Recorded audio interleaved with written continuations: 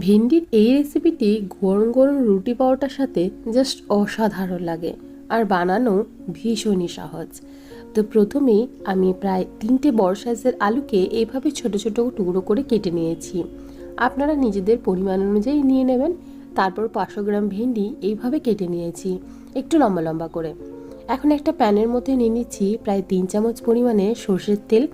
আমি সর্ষের তেল ব্যবহার করেছি, তবে আপনারা চাইলে সাদা তেলও ব্যবহার করতে পারেন। আলুগুলোকে কেটে রেখেছিলাম, সেই আলুগুলোকে দিয়ে অল্প একটু সময় ধরে নাড়াচাড়া করে আলুগুলোকে একটু লাল লাল করে ভেজে নেব। দিয়ে দিচ্ছি সামান্য পরিমাণে লবণ, যাতে লবণটা ভাজার সময় আলুর মধ্যে খুব ভালোভাবে ঢুকে যায়। আমি ওই 5 মিনিটের মতো আলুগুলোকে একটু হাই ফ্লেমে রেখেই তেলের মধ্যে ভেজে নিয়েছি। এখন একটা ছাঁতার সাহায্যে খুব ভালোভাবে তেলটাকে ঝরিয়ে তুলে নিচ্ছি। তো সমস্ত আলুগুলোই আমি তেল থেকে তুলে নিলাম। আর এভাবে আলু ভেন্ডি ভাজি করলে খেতে অসাধারণ লাগবে। দিয়ে দিলাম আরও সামান্য পরিমাণে একটু তেল। ফোড়নে দিয়ে দিচ্ছি 1/2 চামচ পরিমাণে গোটা জিরে, 1/2 চামচ পরিমাণে গোটা সর্ষে, আর দিচ্ছি 2টো শুকনো লঙ্কা। ঝালটা অবশ্যই আপনারা নিজেদের পছন্দ অনুযায়ী এখানে ব্যবহার করবেন।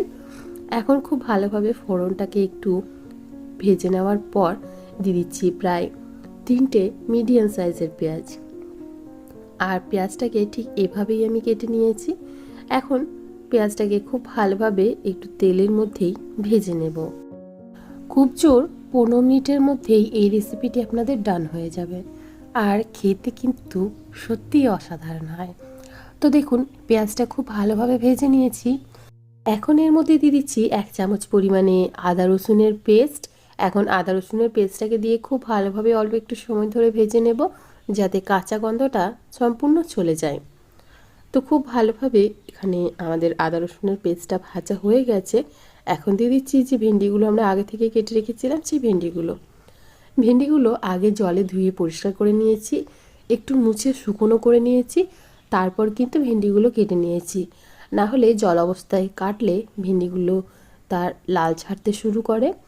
তো দেখুন, খুব ভালোভাবে এখন সব কিছু একসাথে মিশিয়ে অল্প একটু সময় ধরে ভেন্ডিগুলোকেও ভেজে নেব। আর এভাবেই খোলা অবস্থাতেই ভাজবো। দিয়ে দিলাম সামান্য পরিমাণে লবণ। এখন যে আলুগুলো আমরা ভেজে রেখেছিলাম সেগুলো দিয়ে দিচ্ছি। ভেন্ডিটাও কিন্তু প্রায় অর্ধেক ভাজা হয়ে গেছে, আর আলুটা আমাদের আগে থেকে তো একটু ভাজা ছিলই। এখন খুব ভালোভাবে সমস্ত কিছু একসাথে মিশিয়ে একসাথেই ভাজতে থাকবো। দিচ্ছি সামান্য পরিমাণে হলুদের গুঁড়ো।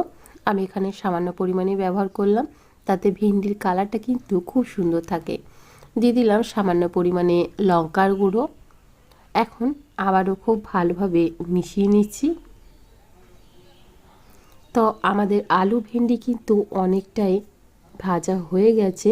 এখন সব থেকে যেটা গুরুত্বপূর্ণ, একটা মশলা দেওয়ার। তো একটু কভার করে দিলাম, যাতে দুটোই খুব ভালোভাবে সেদ্ধ হয়ে যেতে পারে। ভাজা হয়ে গেলে দিয়ে দিচ্ছি এখানে 1/2 চামচের থেকে একটু বেশি ম্যাগি মশলা।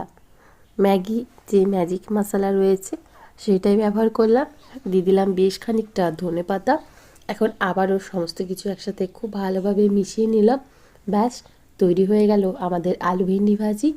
গরম গরম রুটি পরোটার সাথে খেতে তো অসাধারণ লাগে। অবশ্যই বাড়িতে একবার ট্রাই করুন। আশা করি আপনাদেরও ভীষণ ভালো লাগবে। আজকে তাহলে এখানেই বিদায় জানাচ্ছি। আবারও হাজির হয়ে যাব অন্য কোনো দিন, অন্য কোনো রেসিপি নিয়ে। ভালো থাকবেন, সুস্থ থাকবেন, এবং ভিডিওটি সম্পূর্ণ দেখার জন্য আপনাদের সবাইকে অসংখ্য ধন্যবাদ। বাই।